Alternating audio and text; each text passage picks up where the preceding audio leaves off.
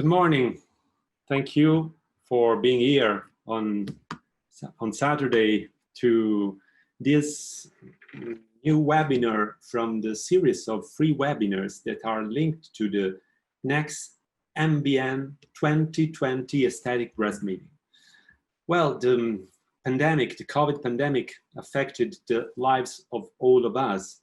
And this is why for the first year, this year, the MBN aesthetic breast meeting will be organized as a totally web-based conference.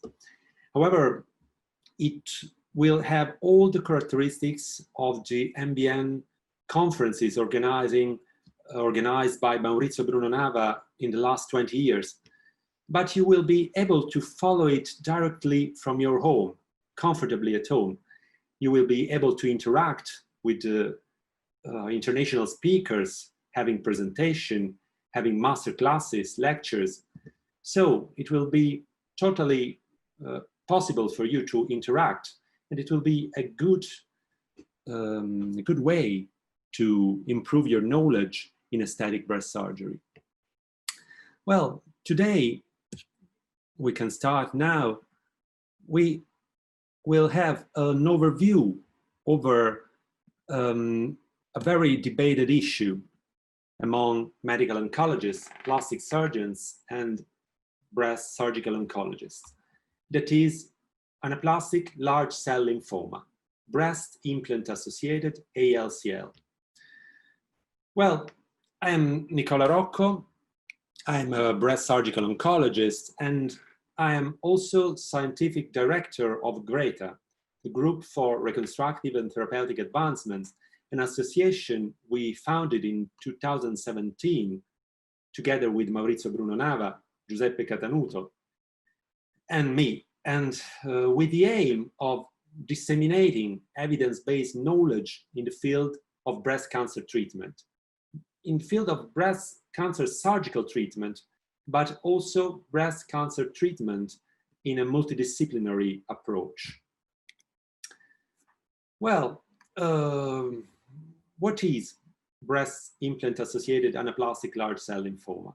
I will call it ALCL during the slide, during the presentation. It's a very rare neoplasia that could occur in women with either cosmetic or reconstructive breast implants. And several studies have been conducted to try to estimate the incidence of this disease. However, a study from a group from the Netherlands carried out in 2008 and published in 2008 on JAMA surgery presents an estimated risk of 1 to 3 per 1 million persons per year carrying breast implants.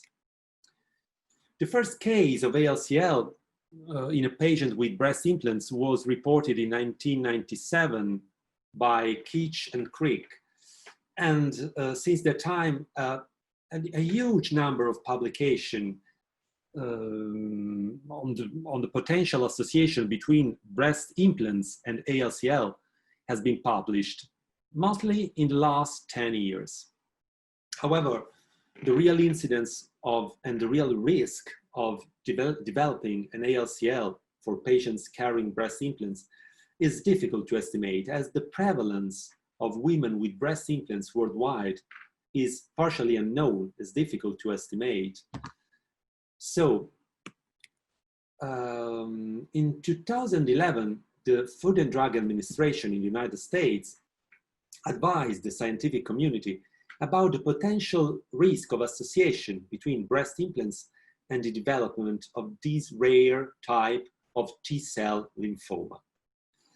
And as of July 2019, last year, 1 year ago, the FDA received a total of 573 medical device reports for breast implant-associated ALCL, including also 33 deaths.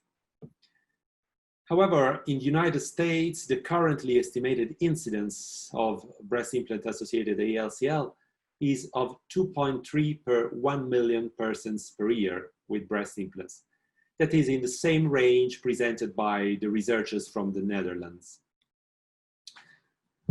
In fact, in that study, I already showed to you De Jong and colleagues showed and presented, calculated an odds ratio of 18.2 for patients carrying breast implants in developing anaplastic large cell lymphoma when compared to the general population, with an estimated incidence of 1 to 3 cases per 1 million subjects. The same study, the same group, research group, also recently published in 2018 on JAMA Oncology, a large population-based case control study identifying 32 patients with primary breast implant-associated ALCL with an odds ratio of 421.8 and with an absolute cumulative risk of developing breast implant-associated ALCL of 1 per 35,000, 1 per 12,000, and 1 per 7,000 at 50, 70, and 75 years, respectively.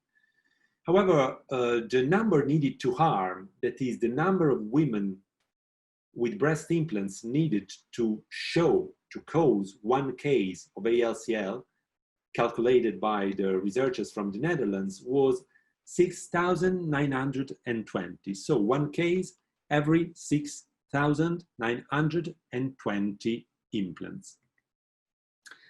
Also, the Italian Ministry of Health with Dr. Antonella Campanale estimated the incidence of breast implant-associated ALCL in Italy, showing a lower incidence, estimated incidence in Italy when compared with that calculated from the Netherlands and from the United States of 2.8 per 100,000 people. That is 0.28 per million people a year with breast implants.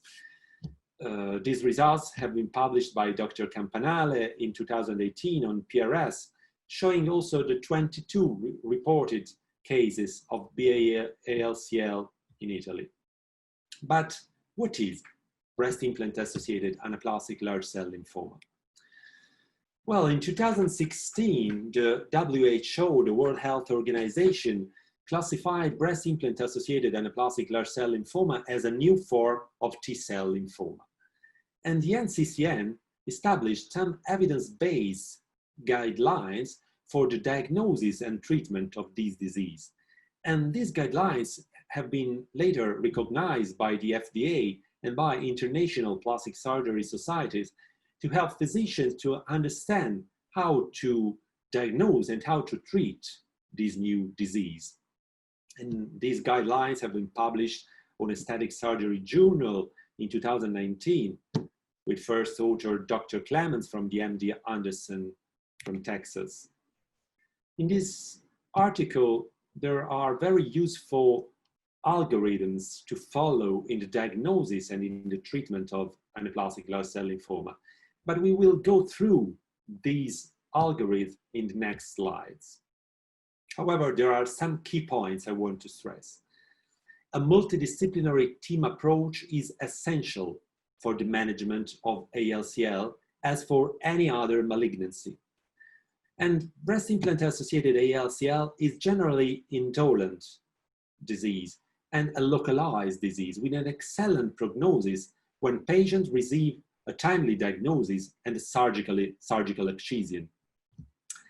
And it remains unclear if a timely diagnosis can mitigate the progression of disease, and so the progression to invasive disease, or there is an intrinsic biological variability of this disease and that affects prognosis and the presentation of disease. However, advanced ALCL may also require adjuvant treatments such as chemotherapeutic agents, radiation therapy, and also stem cell transplantation, depending on the stage of disease and also of the disease recurrence. But let's analyze the etiopathogenesis of this disease.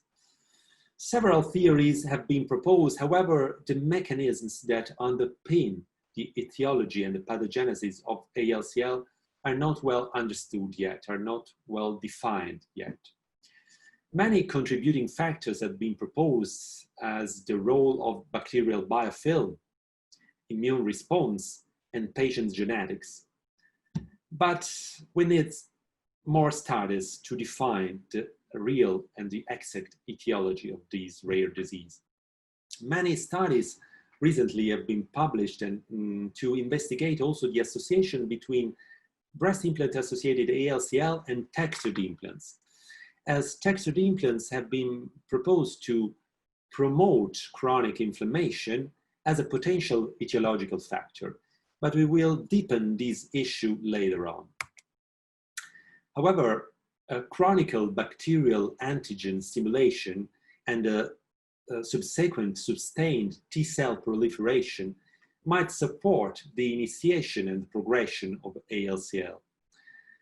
It is widely known that chronic inflammation could promote lymphoma development, as demonstrated by Helicobacter pylori and primary gastric lymphoma.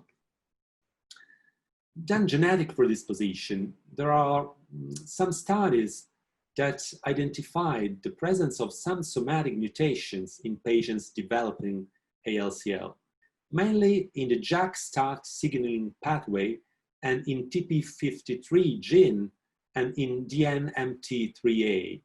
And also HLA polymorphisms can be associated to an increased risk for the development of ALCL, as described also for other forms of lymphoma. But recently, on Blood, the Journal of the American Society of Hematology, have been published a study showing an increased prevalence of BRCA1 and BRCA2 mutations in women developing anaplastic large cell lymphoma.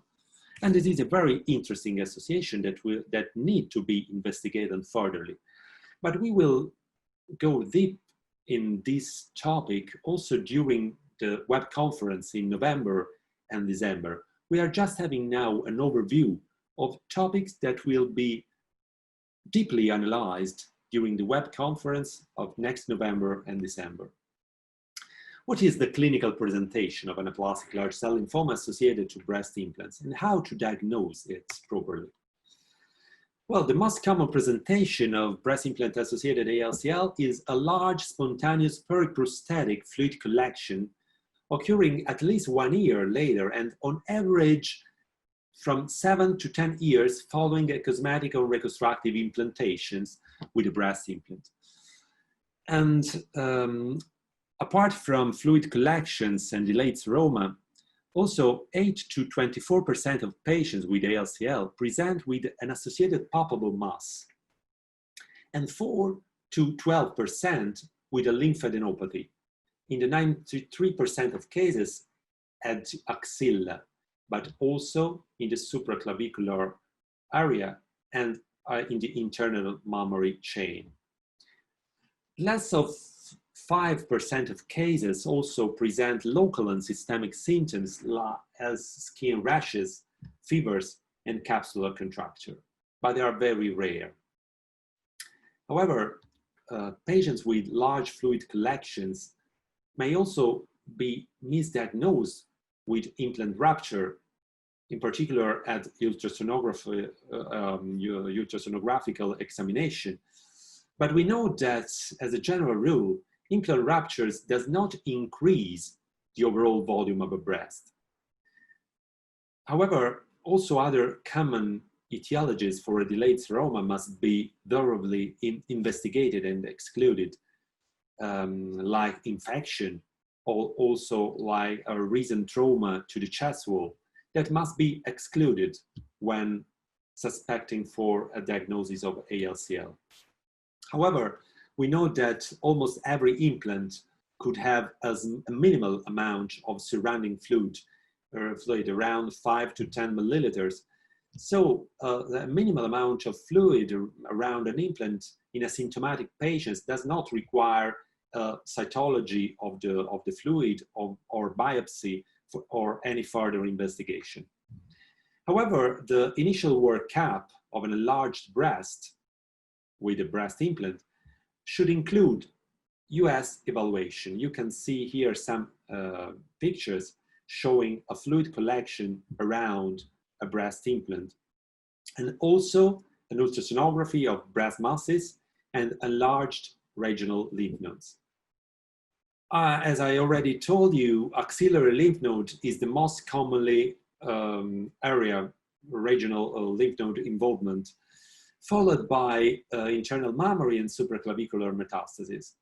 While in the involvement of non-regional lymph nodes is very, very uncommon.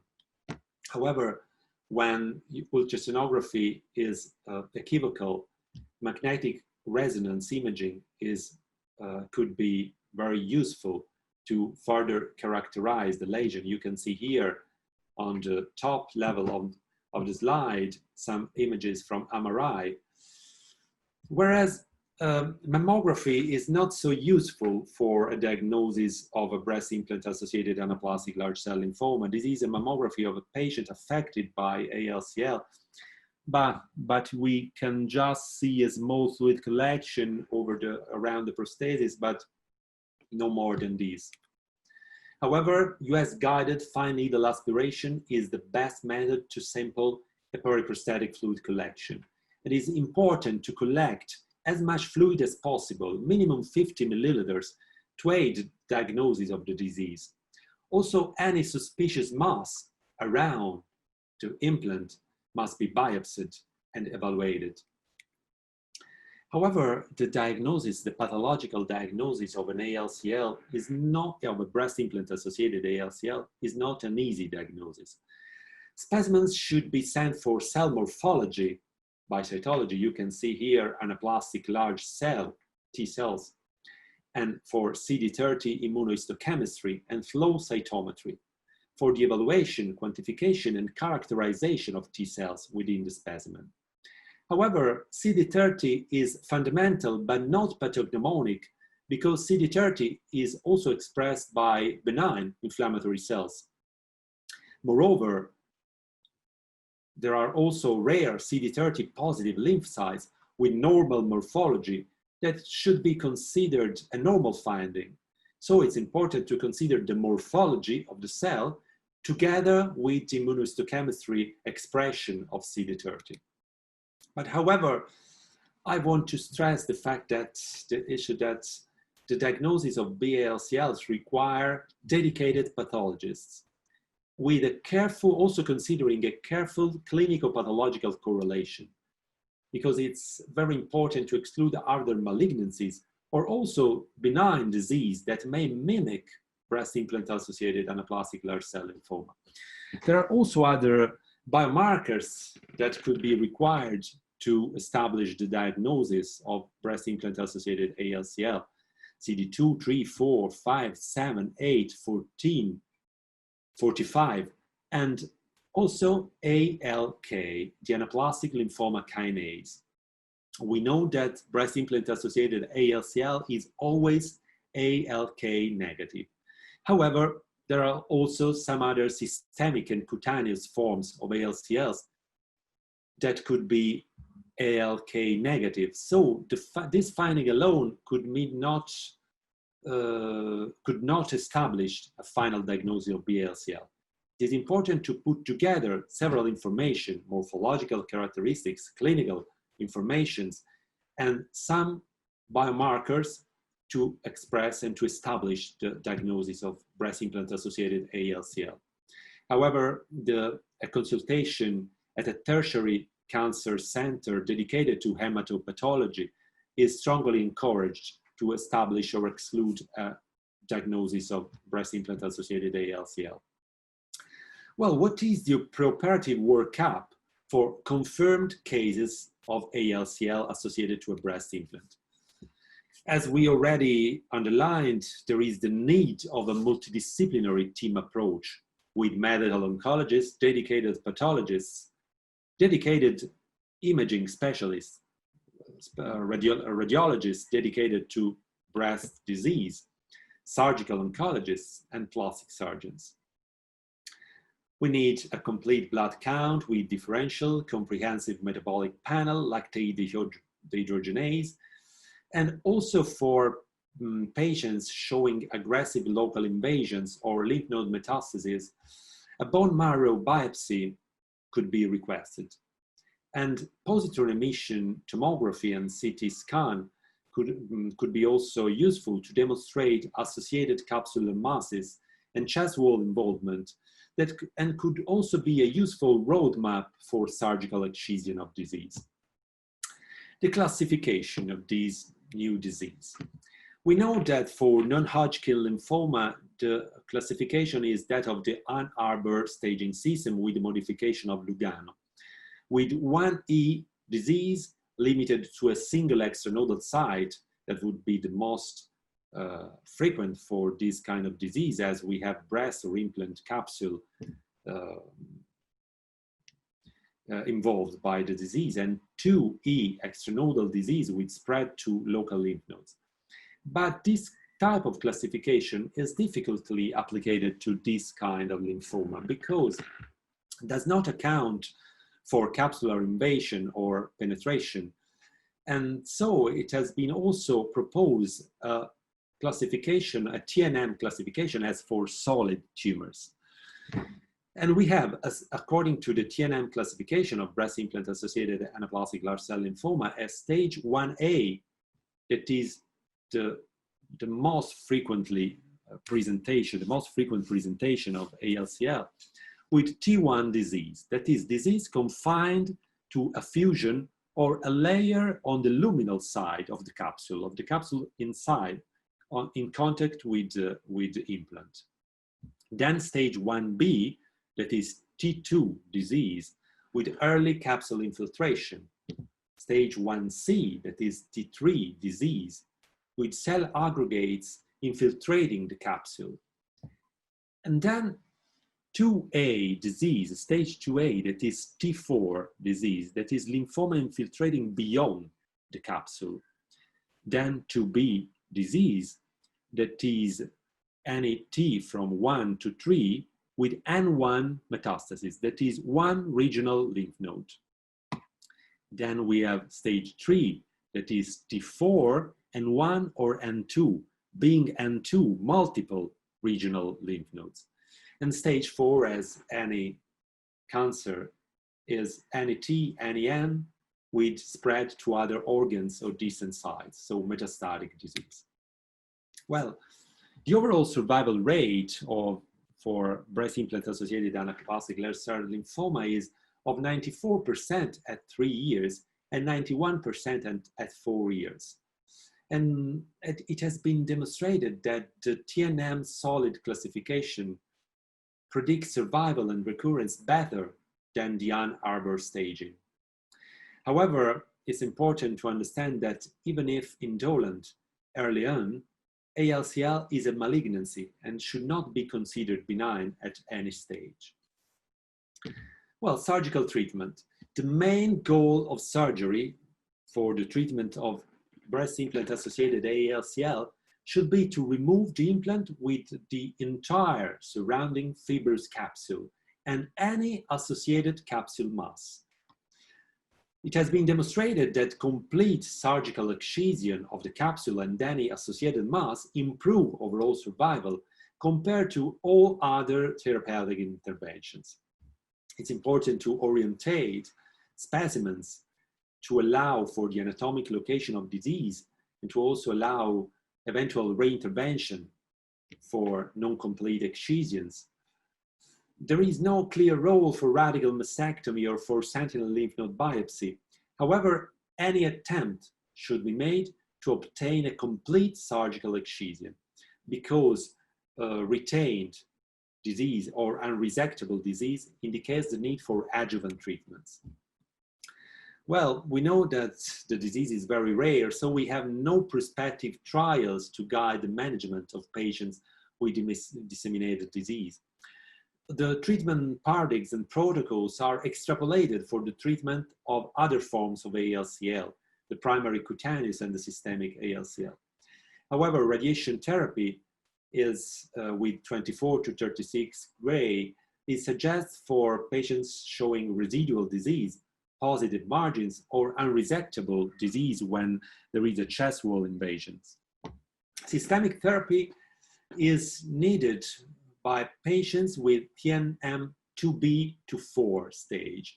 That is, all patients having a nodal involvement or metastasis or diffuse disease. However, oncologists can consider a standard approach for systemic ALCL following the NCCN guidelines for any peripheral T-cell lymphoma. That could be a combination of anthracycline-based chemotherapy or also a combination with brentuximab vedotin, that is a monoclonal antibody against the CD30 receptor. Also, for the surveillance of patients that had a diagnosis of ALCL are not evidence-based, we can suggest to have for patients that showed a complete response can be monitored clinically every 3 to 6 months for 2 years, and then, if clinically indicated.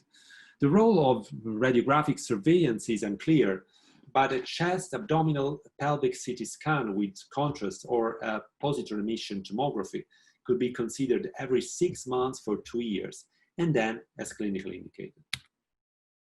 But let's do a step back to the etiopathogenesis of this disease. I already told you that the etiology and the pathogenesis of ALCL is not well understood. And there are several studies investigating the association between texturization of implants and development of BA-ALCL.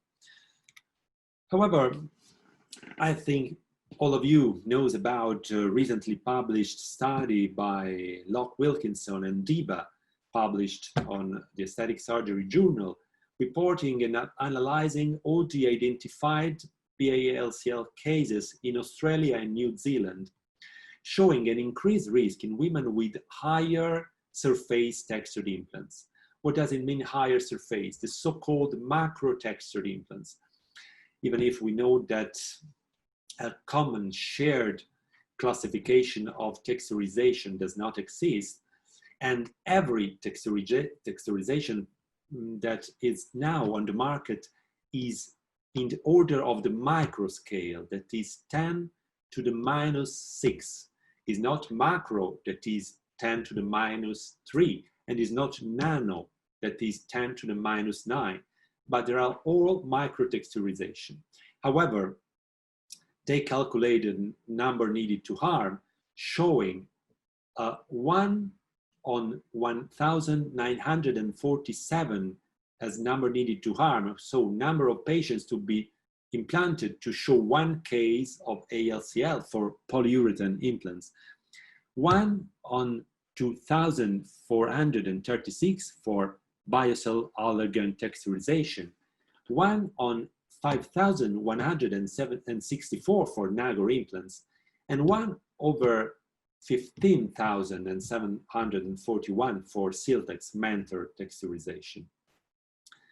All of us also know the recently published paper by Peter Cordero from the Memorial Sloan Kettering, New York, showing a risk of 1 over 354 patients implanted with biocell implants. Yes, we know that it remains a single experience of 1 surgeon in a cohort of 3,546 patients implanted with biocell implants. But this data deserve a very thorough examination. We had a consensus conference in 2016 during the MBN2020 aesthetic breast meeting in Milan, concluding that the actual evidence did not permit, the actual evidence deriving from the literature, from a systematic review of the literature, did not permit to establish any statistically significant association between the development of breast implant-associated ALCL and any characteristic of the implant, characteristic of the patient, and characteristic of the surgery they underwent. And we received a very good level of agreement among key opinion leaders coming from all over the world: Bill Adams, Mark Clemens, Dennis Hammond, Per Eden, and many, many others. You can see here in our published paper, with a 95% of agreement. However, I will tell you the story of the last 2 years on textured implants and ALCL.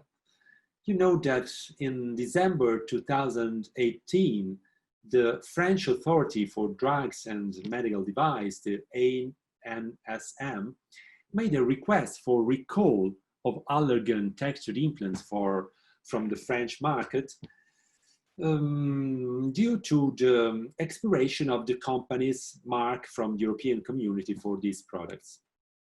And this compulsory recall request was followed the 19th of December of the same year by the announcement from the allergen company to suspend the sales of textured implants and tissue expanders and the withdrawal of all the remaining supply from the European market.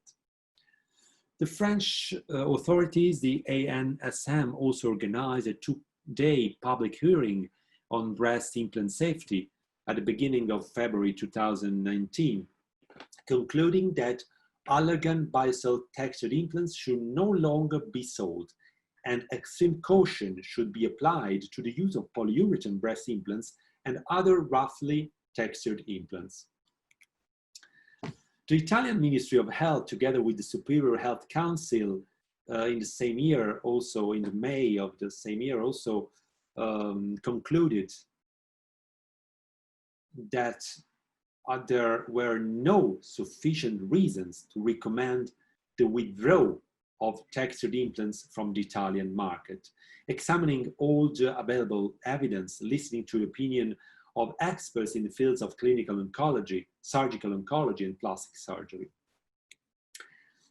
And also the US FDA deeply analyzed this issue with an evidence-based systematic review of post-approval data, medical device reports, scientific literatures, registries, and also with public discussion. In fact, in March 2019, the FDA discussed the issue of breast implant-associated ALCL in a public advisory meeting, listening to the experiences of patients, of medical scientific experts, and all other stakeholders related to medical products, concluding that on the basis of the available data, the allergen biocell implants banned from the French market did not meet the banning standard set in the federal US Act.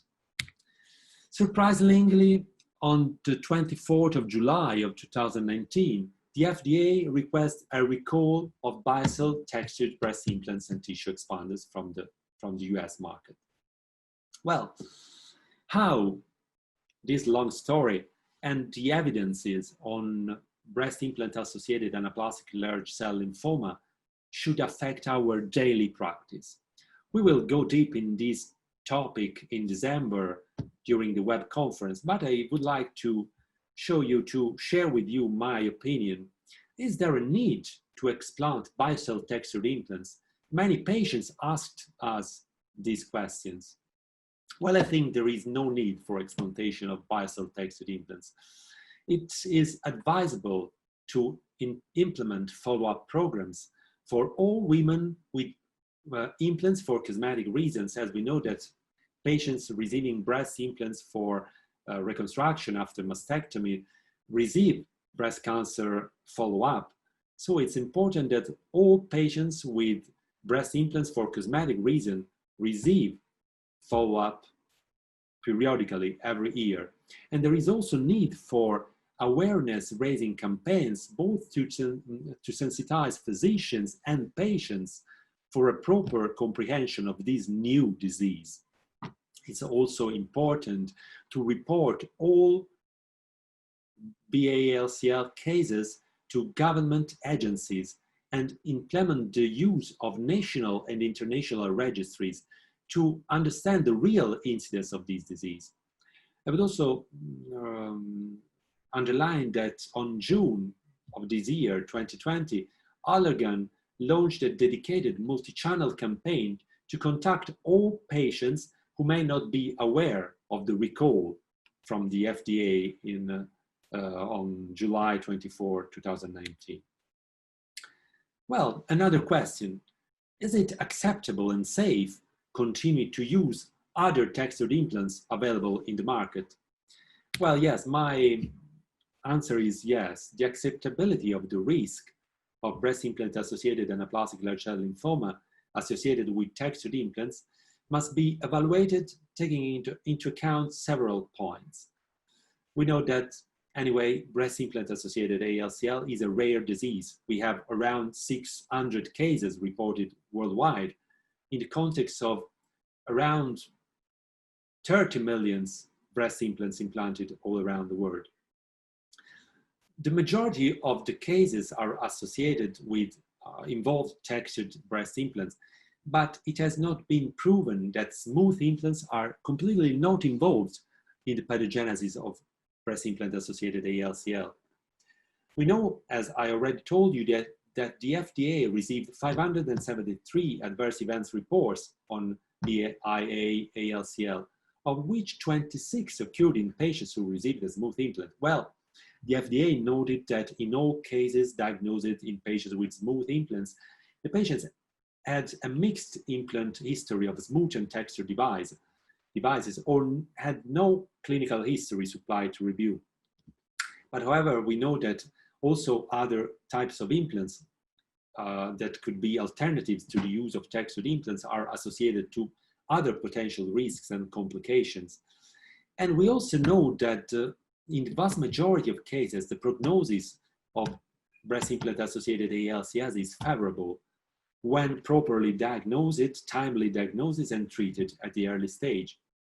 So I think that all of us should discuss the risks of developing an ALCL with our patient preoperatively in order to inform our patient of these rare adverse events and to allow the patient to know any potential symptom that could be indicative of this condition. And then we must stress the importance of postoperative follow-up that plays a fundamental role for the early detection of the disease.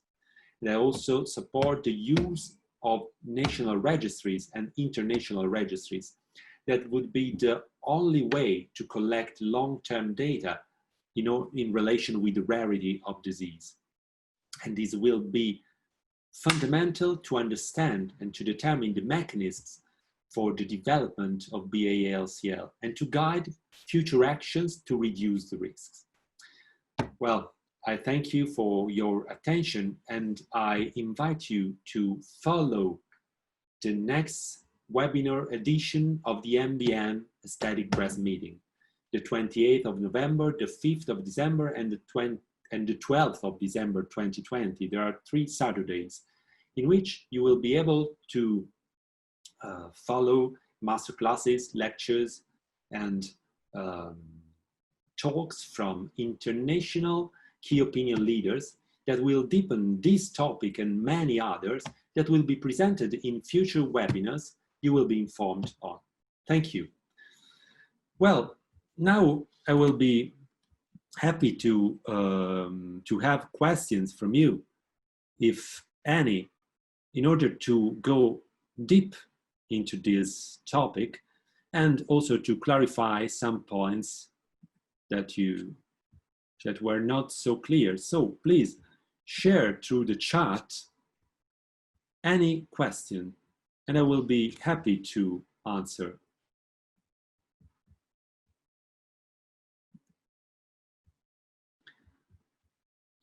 So, Paolo, could you see any question from the audience? I cannot see any question at the moment. No, not yet. Not yet. Okay. I would like to underline the importance of sharing thoughts on how breast implant-associated large cell lymphoma impacted our clinical activity. And this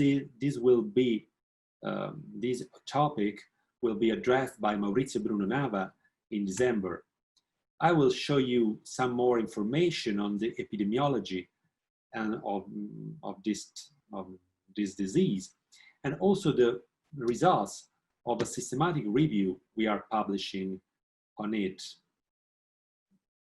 applying the estimated risks of ALCL to large cohorts of patients with textured implants, and discussing some interesting news.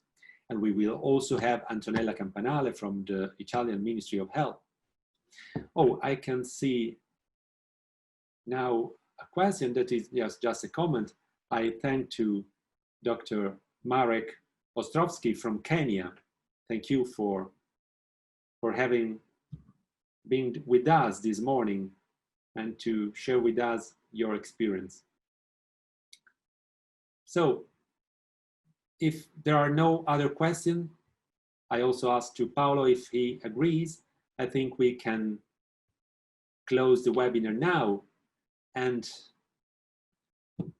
one question. Okay, I can see now a question. I cannot see the name of our colleague that asks how often we should make ultrasonography. Well, for people having a cosmetic breast augmentation, is request to have ultrasonography every year from the date of the intervention, while people having reconstruction for breast cancer are already in a follow-up program from the oncological point of view and will perform ultrasonography every 6 years. And I also want to stress the importance in case of suspect at ultrasonography to perform a magnetic resonance that could be more accurate for a diagnosis. Any other questions? However, it's also important to underline that around 70% of disease is 1A stage, and surgery is the completely curable, is the main treatment for these patients, with the removal of the implant, with a total capsulectomy, and the aspiratation of any associated mass. Well, so I thank all of you again for your participation. We know the dedicated chemotherapy. Yes, another question. Yes, when there is, as I showed in one slide, there is no dedicated chemotherapy for breast implant-associated anaplastic large cell lymphoma, because we do not have large data from multicentric, from prospective studies on this disease. But oncologists, medical oncologists, can follow the NCCN guidelines for peripheral T-cell lymphomas using anthracycline-based protocols, or also the brentuximab, that is a monoclonal antibody against the CD30. However, the protocols used for other forms of ALCL have been adapted to breast implant-associated ALCL because we do not have evidence-based data on this disease.